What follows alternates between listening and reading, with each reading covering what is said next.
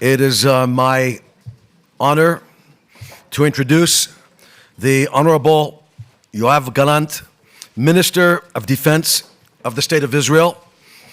Yoav Galant is an Israeli politician and member of the Knesset for the Likud, who is currently serving as the Minister of Defense since 2022. He is a former commander of the Southern Command and commander of the Navy SEALs, Schlereth, Schlereth 13, in the Israel Defense Force. In January 2015, he entered politics, joining the new Kulanu party. After being elected to the Knesset, he was appointed Minister of Construction. At the end of 2018, he joined the Likud. Galant also previously held the posts of Minister of Aliyah and Integration and Minister of Education. Today, Mr. Galant serves as the Minister of Defense. He spoke very eloquently at the funeral of Shabtai Shavit on Friday. We greatly appreciate your words at that funeral, words of wisdom. The floor is yours.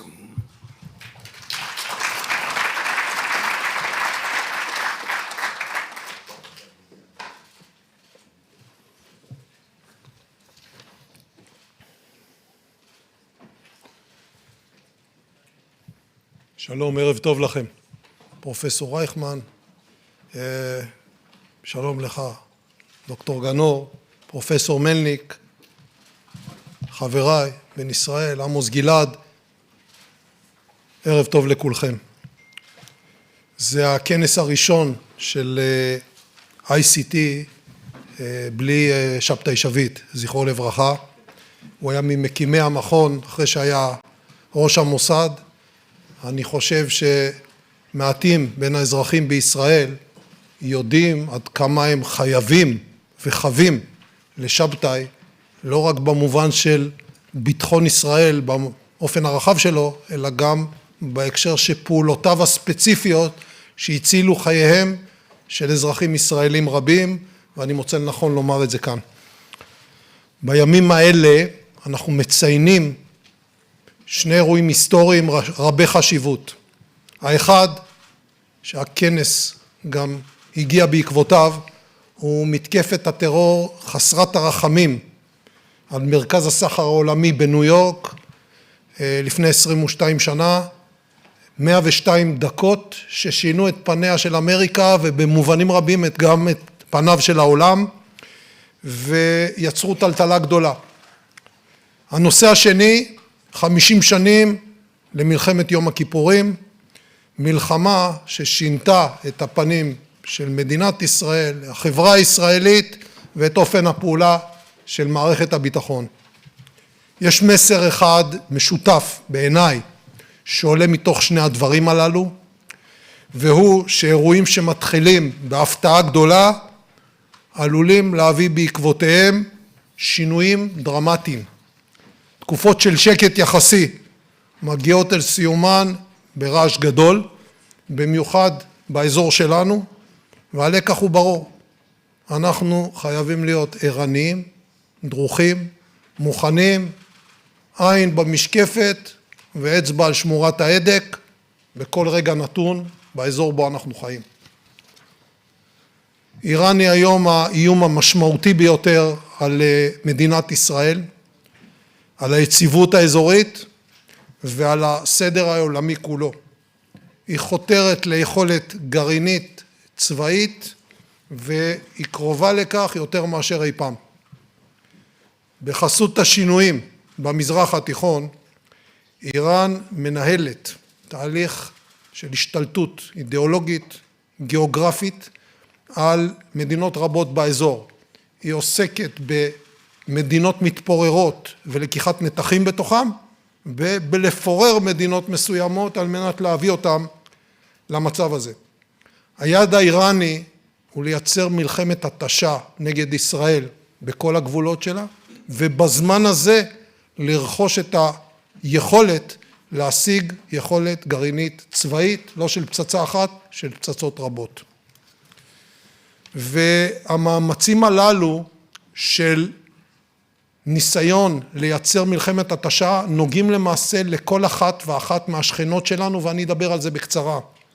בלבנון, ההתגרויות החוזרות של חיזבאללה בגבול הצפון, הם מעשה יהיר, מעשה מסוכן, בהכוונה איראנית, ונסראללה כנראה שכח מהם יחסי הכוחות האמיתיים בין ישראל לבין לבנון וחיזבאללה.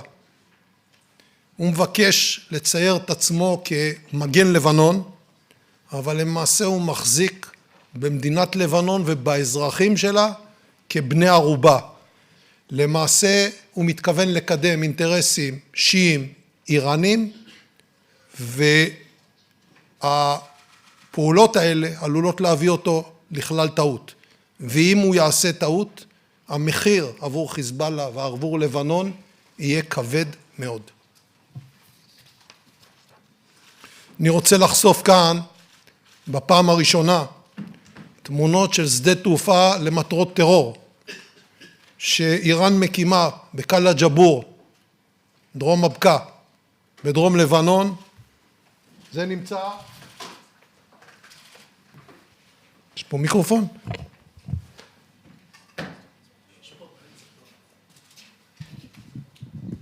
זה נמצא 20 קילומטר צפונה ממטולה. הדבר הזה, אורך המסלול הוא ארוך, יכול להנחית מטוסים בינוניים, ובתמונה השנייה אתם יכולים לראות שני דגלים שניצבים כאן.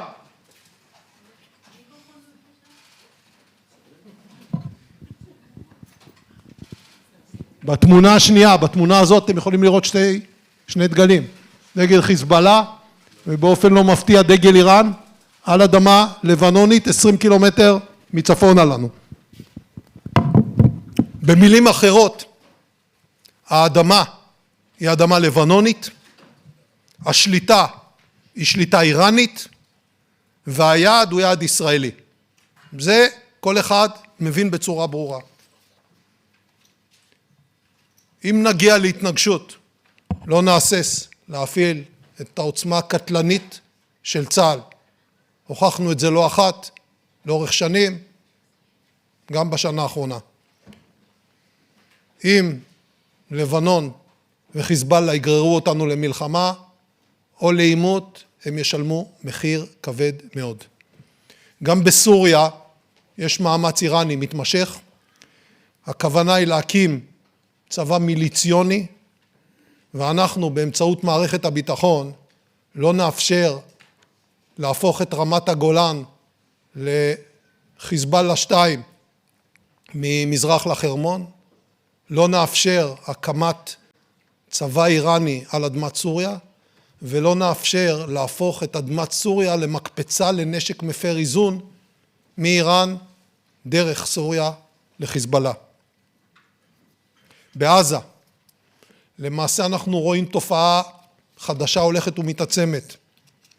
ארגוני הטרור הפלסטינים, בראשם החמאס והג'יהאד האסלאמי, הולכים והופכים לארגונים בשירות ציר הרשע האיראני. איראן היא ספק הכסף, איראן היא ספק הידע, איראן היא המכווין והגורם המוציא והמוביל עבור הארגונים האלה. נקודה נוספת של התקופה האחרונה, בגבול עיראק-ירדן, מזרחית מאיתנו, מתקיים לאחרונה מאמץ איראני גדול, לערער את הגבול המזרחי של ירדן באמצעות מיליציות שיעיות, שהבסיס שלהם בתוך עיראק, והן מתבססות באזור הגבול, והן מתכוונות להמשיך ולפעול לתוך ירדן. היעד, אל תטעו, הוא לא רק ירדן, היעד הוא ישראל, והדבר המיוחד הוא יצירת חזית מהכינרת ועד מפרץ אילת, 400 קילומטר, בגבולנו המזרחי, וכידוע זה מאוד קרוב למרכזי האוכלוסייה ובראשם ירושלים. גם מאחורי גל הטרור שפוקד את יהודה ושומרון עומדת איראן. מימון, אמצעי לחימה, הכוונה, והמטרה, כמו בשאר הזירות, זריעת הרס, התשה ופגיעה באזרחים ישראלים.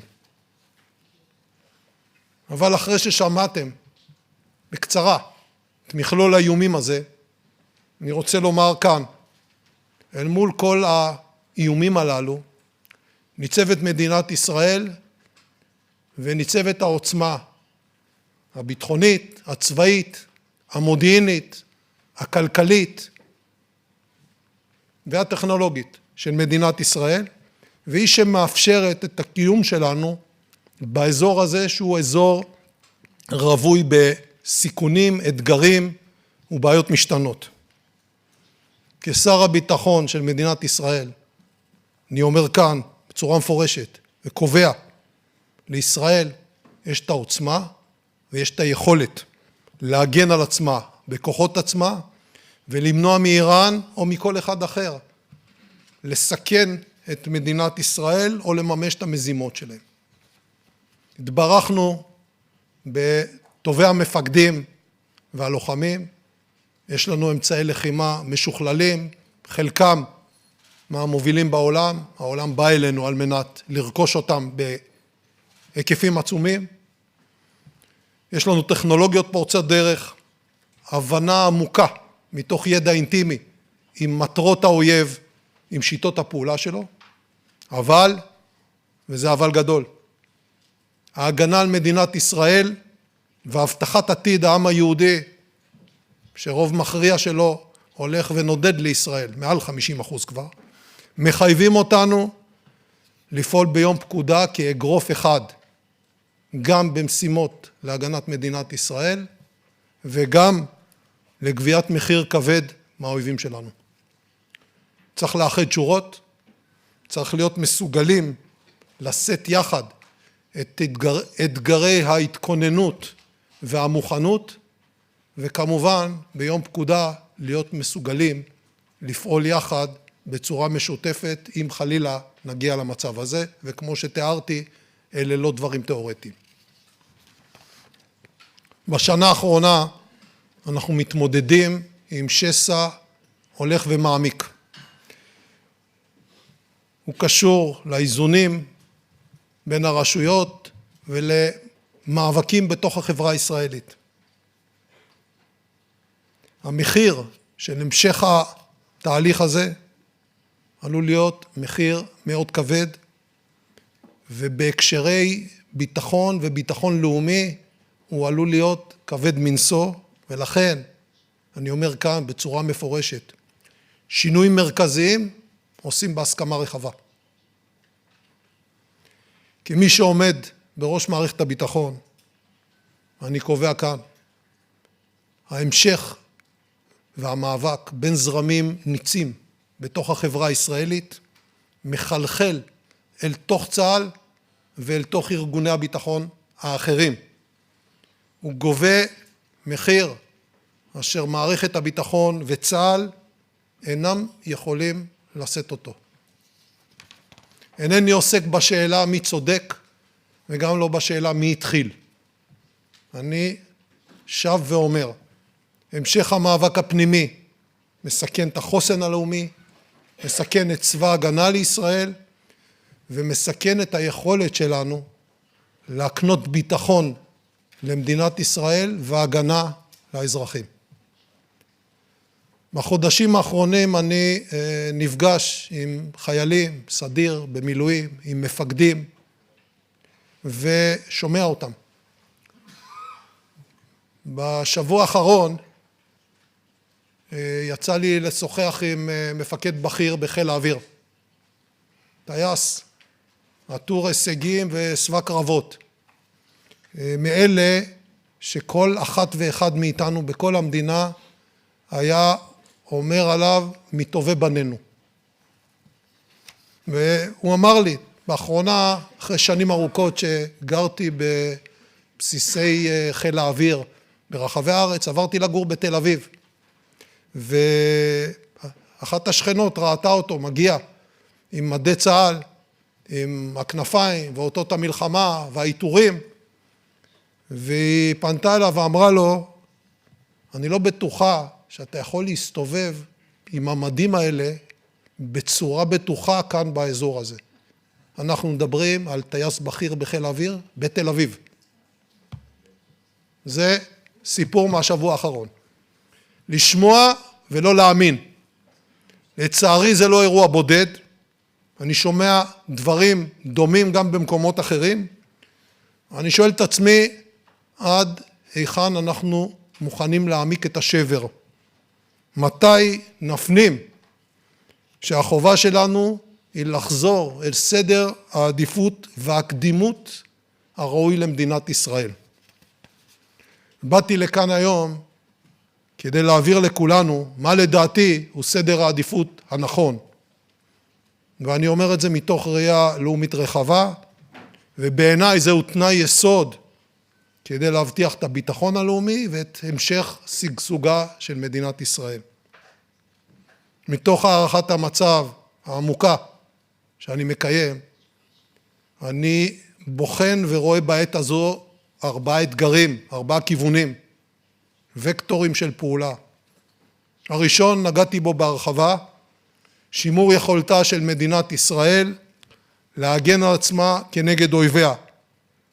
בראשם איום הגרעין האיראני וגם זרועות התמנון הטרוריסטיות הנשלחות לעבר ישראל מכיוון איראן ונוגעות בגבולותינו ובתוכנו.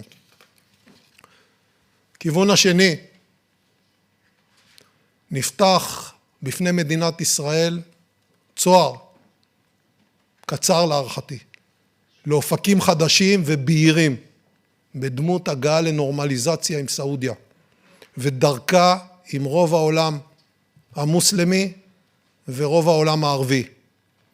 ההזדמנות הזאת היא ביטוי לשינוי אסטרטגי פוטנציאלי רב חשיבות, והייתי אומר שהוא שני בחשיבותו רק להסכם השלום עם מצרים מלפני כמעט 5 עשורים.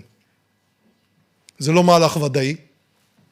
מערכת הביטחון בוחנת בימים אלה, בקפידה, את המשמעויות הביטחוניות, את מקסום הרווחים ממהלך כזה ואת הגידור המוחלט של הסיכונים, שאסור לזלזל בו. אבל אם יימשך השסע הפנימי, אנחנו עלולים להחמיץ את ההזדמנות הזו, ואני חושב שאנחנו צריכים לבחון אותה עד תום בתנאים המתאימים. הנושא השלישי, העוצמה הביטחונית והמדינית של מדינת ישראל נשענת על כלכלה חזקה. המשך הצמיחה של הכלכלה הישראלית מתבסס ברובו, בחלקים ניכרים ממנו, על חדשנות, על טכנולוגיה, על יצירתיות. וגם בנושא הזה אני רוצה להזכיר את מה שרוב האנשים מבינים היטב.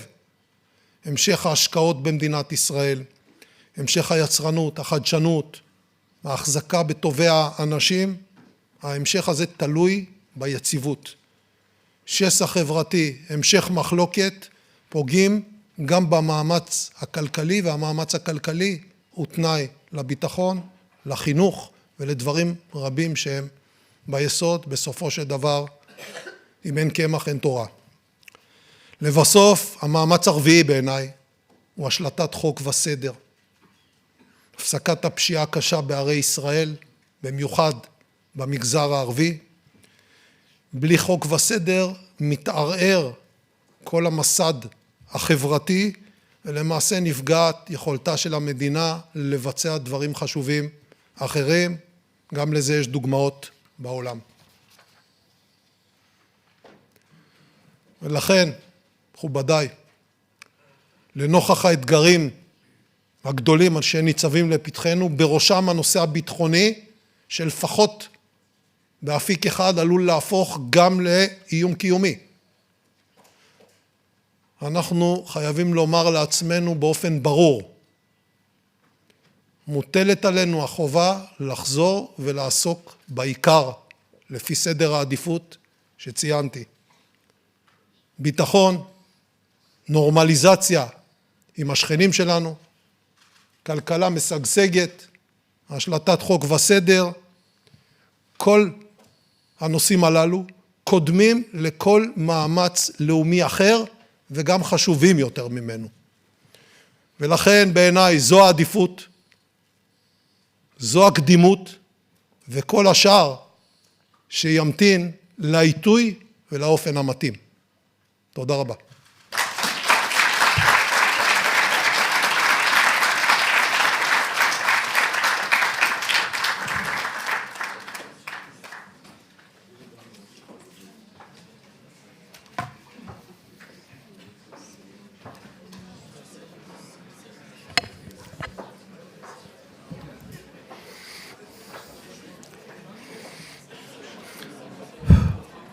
Thank you.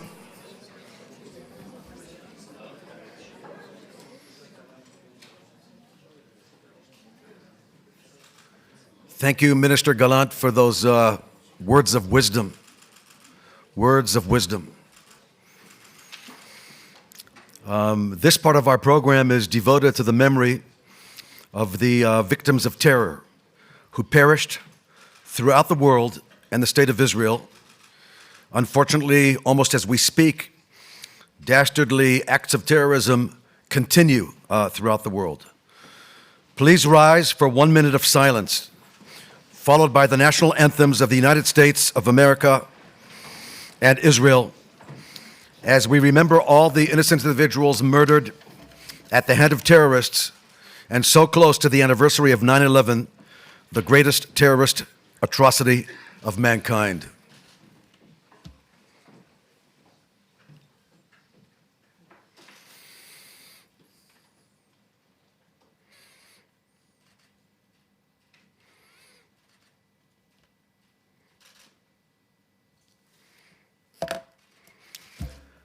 I would like to ask Minister Galant to come to the stage. Professor Reichman, come to the stage. Boaz Ganor, come to the stage. I would like to ask Captain Frank Schlereth to come to the stage. Lieutenant Colonel Aaron Schwengler to come to the stage. Mr. Denis Monette, please come to the stage. And as we all stand at attention,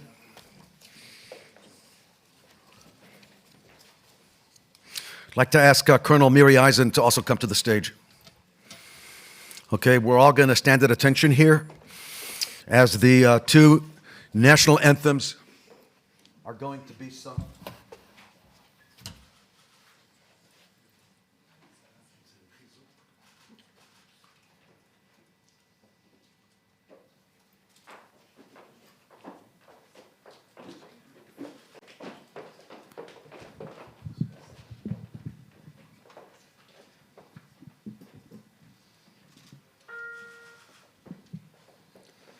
Oh, say, can you see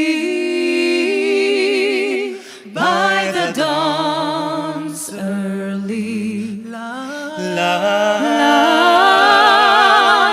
what so proudly we hailed at the twilight's last gleaming, whose broad stripes and bright stars through the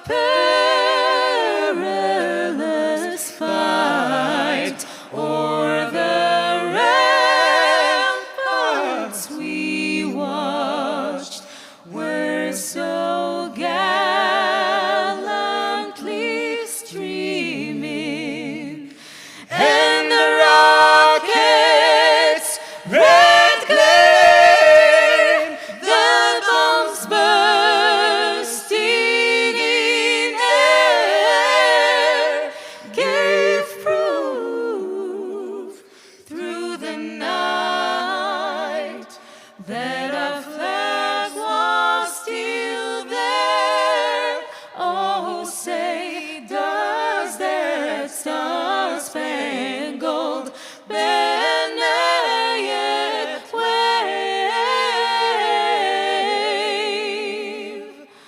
o'er the land of the free?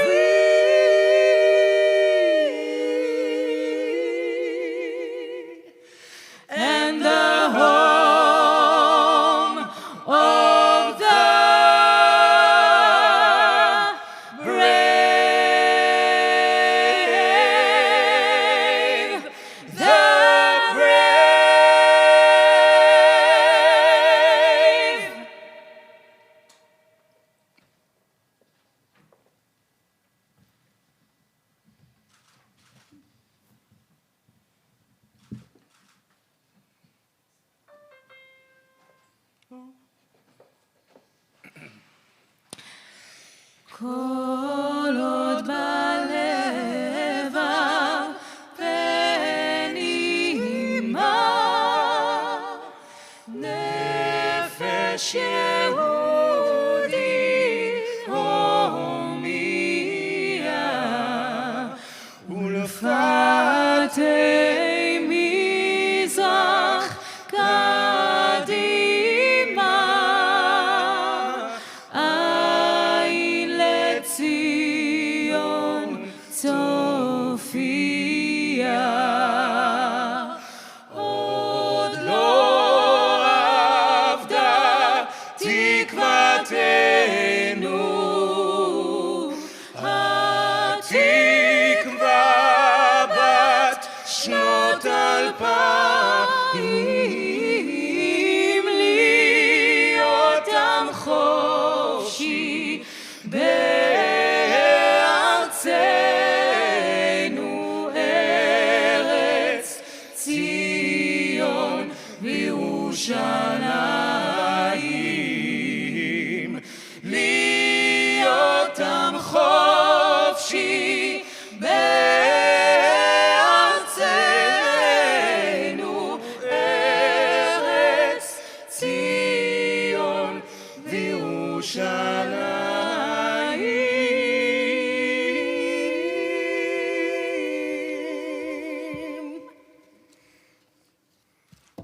May be seated.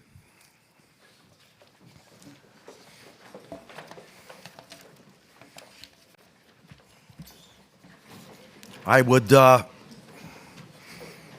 like to thank Liga Nor, accompanied by Ronen Boxer and Sapir Breyer, for their renditions of the anthems. And may the memory of the victims be blessed. I would like to introduce Mr. Christopher A. Wray, Director of the Federal Bureau of Investigation, who will now address us via recorded message. Christopher Wray is the Director of the FBI. His career began at the Department of Justice as an Assistant U.S. Attorney for the Northern District of Georgia. He progressed to Principal Associate Deputy Attorney General at the Office of the Deputy Attorney General in Washington. Nominated by President Bush, Wray became Assistant Attorney General for the Department of Justice's Criminal Division, for which he was awarded the Edmund J. Randolph Award. Wray holds degrees from Yale Law School. Mr. Wray chaired the Special Matters and Government Investigations Practice Group. Mr. Wray, the floor is yours.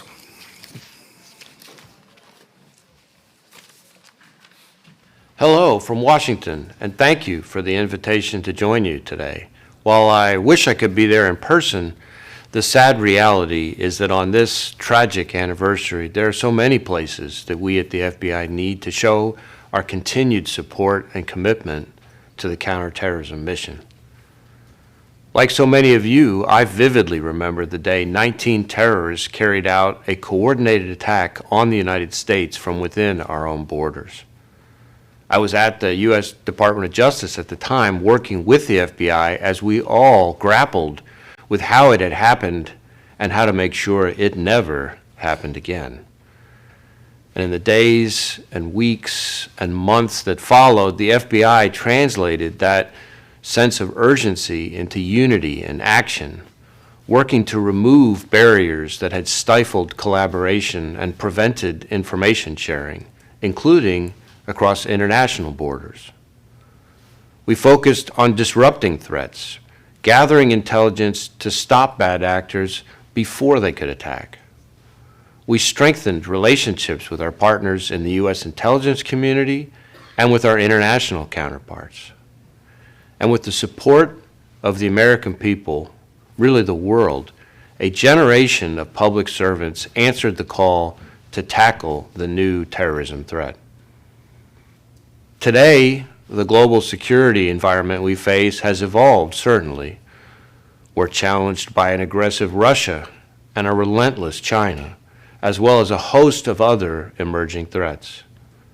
But the potential for destruction and loss of life that a terrorist attack poses has not gone away. If anything, emerging technology and the changing global security environment have made the terror threat more complicated, not less, which is why terrorism remains the FBI's #1 priority. That was the case when I became director. It hasn't changed, and I don't see it changing anytime soon. As our National Security Branch Executive Assistant Director Larissa Knapp talked about in depth earlier today, for the first time, we're seeing elevated threats from domestic terrorism, international terrorism, and state-sponsored terrorism, all three at the same time. The elevation of all those threats simultaneously is new for us. But the lessons from 9/11 still stand, and the FBI and the United States cannot meet the terrorist threat alone. We depend on our international partners, including those of you in Israel and those from the many other nations represented here at ICT. So I'm grateful that you host this forum every year and that we continue to have an opportunity to discuss the changing threat landscape and how we can work even better together to prevent attacks and to work towards a world where no one has to live in fear of terrorism. And you can count on the FBI to always work with you towards that goal. Thanks for all you do.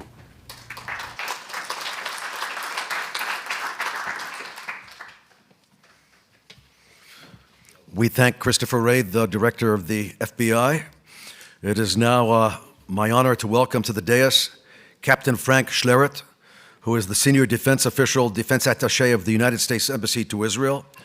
Captain Frank Schlereth has had a distinguished career in the United States military intelligence, most recently currently serving as the senior defense official, defense attaché at the United States Defense Attaché Office in Jerusalem, Israel, previously being the executive officer to the director of the Defense Intelligence Agency, DIA. He was Chief of Operations for the Defense Attaché Service in the East Asia Division, Chief of DIA's Directorate of Operations, and two-time Naval Attaché in Athens, Greece, and Tel Aviv, Israel. He has earned the Navy Commendation Medal with Combat V for his deployment in Afghanistan. Captain Schlereth holds a master's degree in National Security and Strategic Studies from the Naval War College. The floor is yours.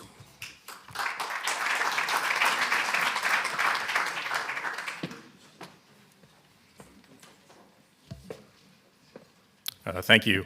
Before beginning my brief formal remarks, I just want to acknowledge the recent loss of the chairman of the board for the International Institute for Counter-Terrorism, Shabtai Shavit. He was an extraordinary public servant who served his country and the International Institute for Counterterrorism with great distinction and accomplishment. Our thoughts and prayers are with his family. It is my absolute honor and privilege to be here today on behalf of the U.S. Embassy to remember the events and specifically the lives lost on September 11, 2001. As a young Navy lieutenant assigned to the Washington, D.C. area on that day, the events that took place that morning are forever ingrained in my memory, as they are for millions of others. We witnessed horrifying acts of terrorism that killed thousands and in many cases destroyed the lives of thousands of others. I personally knew both military officers and civilians killed, as well as others who were present both in the Pentagon and the World Trade Center towers that survived but endured the trauma of the events of that day. There are no words that can be expressed, even 22 years later, that provide solace to anyone directly impacted by the loss. But we remember, and we shall never forget, each and every one of them. Not one of them knew of the sacrifice they would make that day, whether in New York City, Washington, D.C., or Shanksville, Pennsylvania. But each lost soul made the ultimate sacrifice. We honor each of them at beautiful memorials in each of those locations. And visitors and mourners come every day of the year to read and say their names aloud to ensure that we never forget their sacrifice. For me, personally, I am honored to state the names of Ms. Danielle Kozulis, Lieutenant Jonas Panik, and Mr. Herman Broghammer, all of who perished on that morning of 11 September 2001, and all of who were friends of mine. Today, across the globe, there are similar memorial events taking place as the world pauses to remember. Not only do we remember those we lost, but we remember the unity that the world experienced against these hateful and unwarranted acts.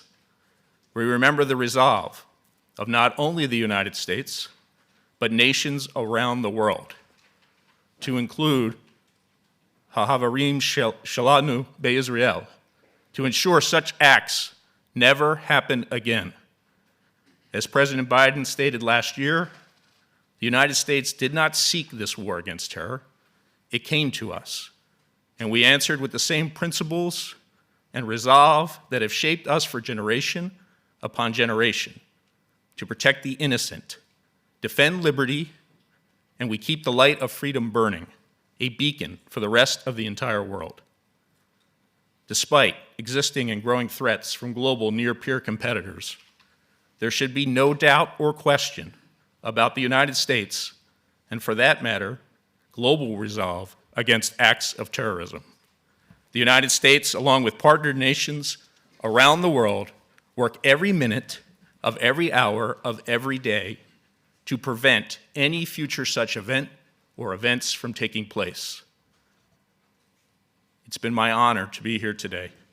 Let us never forget those who perished on September 11th, 2001, and may peace be with each of them and every individual impacted by the events of that day. Thank you.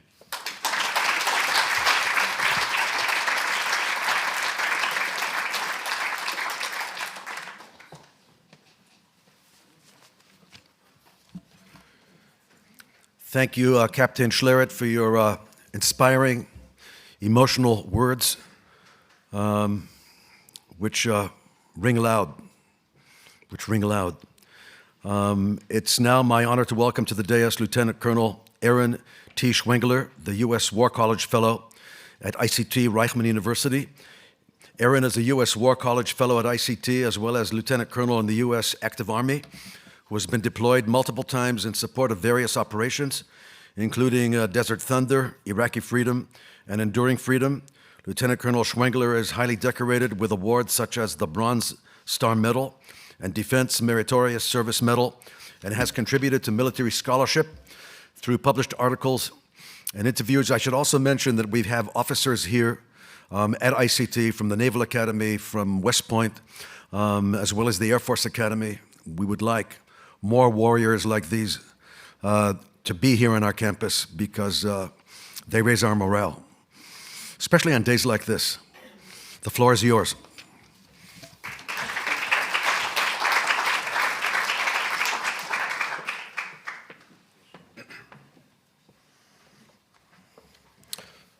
Shalom, Erev Tov, Professor Reichman, Professor Ganor, Colonel Eisen, colleagues, conference attendees, distinguished guests and friends of the International Institute for Counter-Terrorism here at Reichman University. Thank you for this opportunity to speak here tonight as we remember the victims of the terrorist attacks in the United States on September 11th, 2001, and the victims of terrorism worldwide. I've attended many memorials just like this over the last 20 years. Some of them have been in the United States, many of them have been deployed, and even a few of them have been here in Israel. But this is the first time that I've formally spoken, so it is truly an honor to stand before such an accomplished crowd on such a special day. I had just retired from the Army in the summer of 2000 after serving 3 years on active duty. I decided I was going to use my educational benefits and live the life of a former soldier. I was attending school in Fargo, North Dakota in September of 2001. On the morning of the 11th, I was getting myself ready for class when I received a phone call from my then wife. And she asked, "Did you notice that somebody flew into the Twin Towers?" I said, "No, I hadn't noticed." So I quickly turned on the TV. Moments later, at 9:03 a.m. Eastern Standard Time, Flight 175 slammed into the South Tower. I stood in front of the TV in absolute shock, staring at the fireball, horrified. I knew that America was under attack. It wasn't immediately known who had conducted these heinous acts of terror, but I was confident that we, the United States and our allies, would soon be at war. Once that initial shock faded, my immediate thoughts were of my 1-year-old daughter, who was still asleep in her crib. I hurriedly walked to her room, bent down, and I picked her up. In that moment, I was so thankful that we were alive, that we hadn't been on one of those 4 flights, we hadn't been in the trade or the World Trade Center buildings, at the Pentagon, or even in New York City for that matter. I was thankful that we weren't one of the 3,000 lives, nearly 3,000 lives lost on that day. I held Emily in my arms for what seemed like an eternity.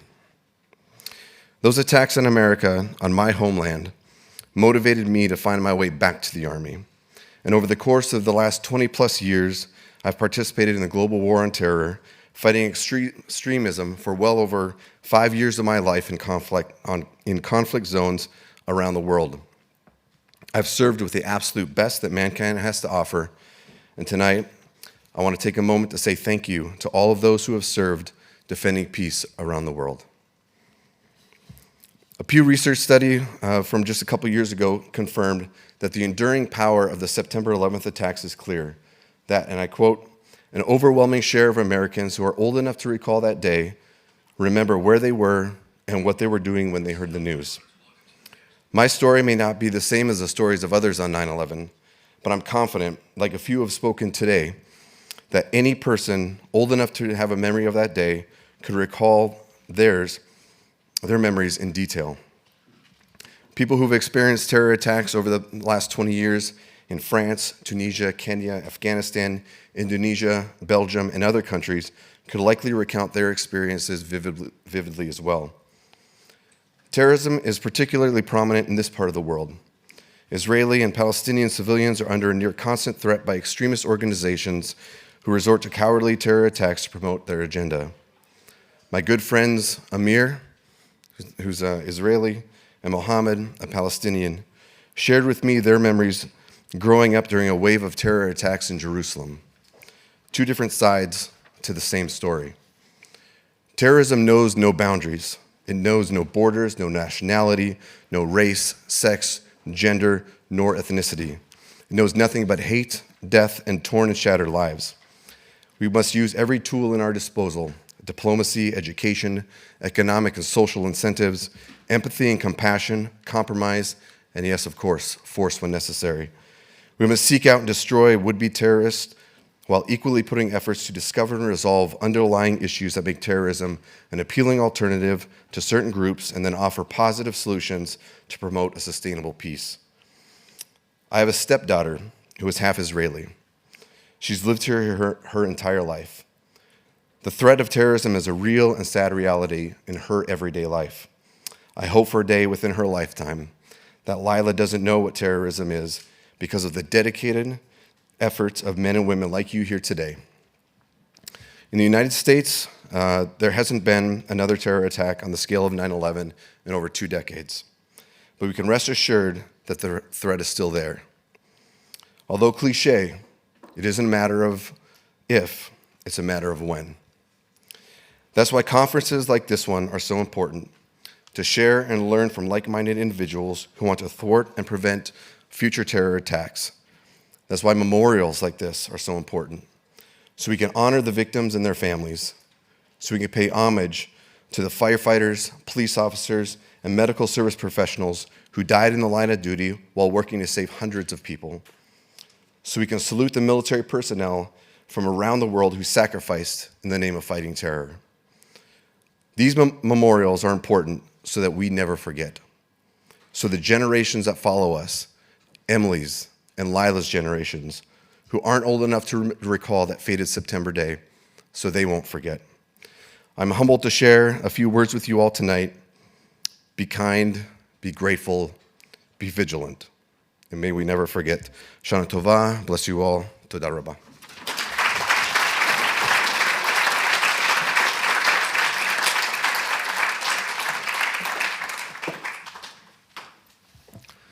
Thank you, Lieutenant Colonel Schwengler.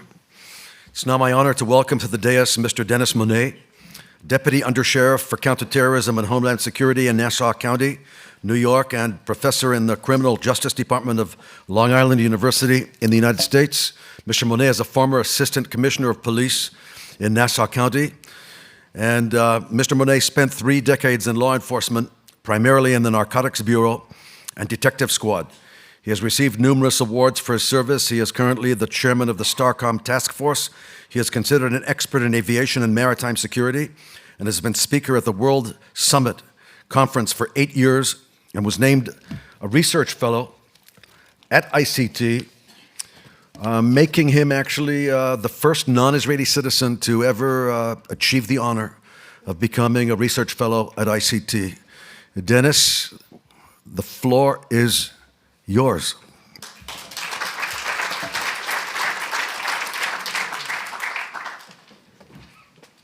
Thank you very much. I was honored and privileged to be a part of ICT. It's my 21st year. It's a fantastic place, the friendships that we've made. Before I mention what happened at 9/11, I'm going to show a photo here of Detective Mordecai Jasansky, who was the first attaché that was sent here by NYPD. Morty was the guy that opened the doors for people like me to say, you got to come to this place, ICT. We all stay in touch as much as we can. As far as 9/11, I was a member of the Coast Guard Auxiliary that day. I got a call that they don't know what happened, but something happened in the city. How quick can you get a crew together? Fortunately for me, I'm a licensed Coast Guard captain. My four mates for the boat were all captains. I called them. We got together. I ran over to the gas stock, which is close by my house where I live on Long Island. The guy that owns the gas stock said, you need fuel? I said, yeah. He said, we heard what happened. He said, take the gas and go. We got into 9/11, down to Jones Inlet.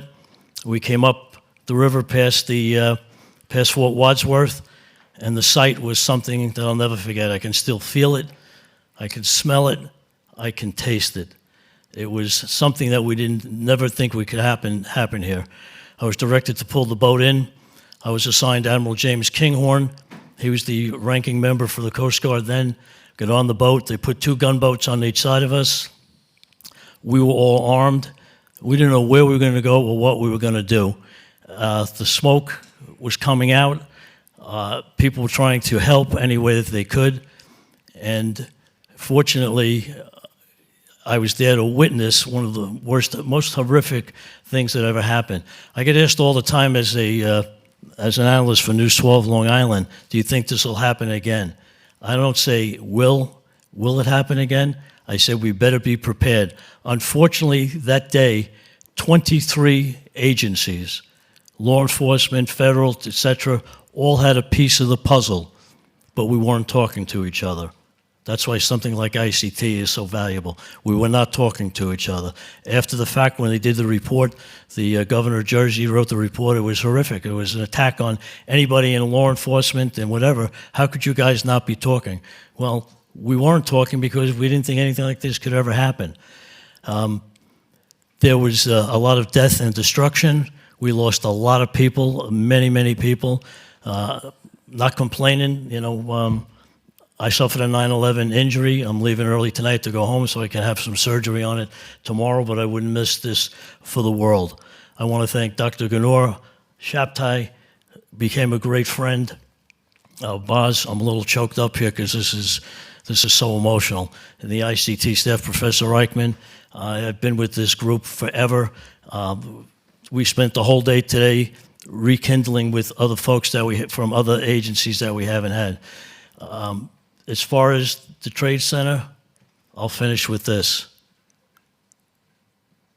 All gave some gave all. God bless them all. May they rest in peace.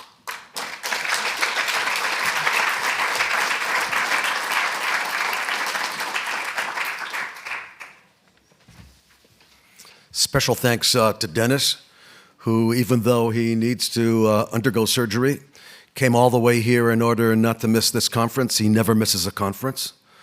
I just realized that I didn't ask you, Professor Melnick, to stand up here at attention during the anthem. You should have been invited up here, but I didn't have a list of the people that I should invite. So my apologies to you for not inviting you. I should have invited you.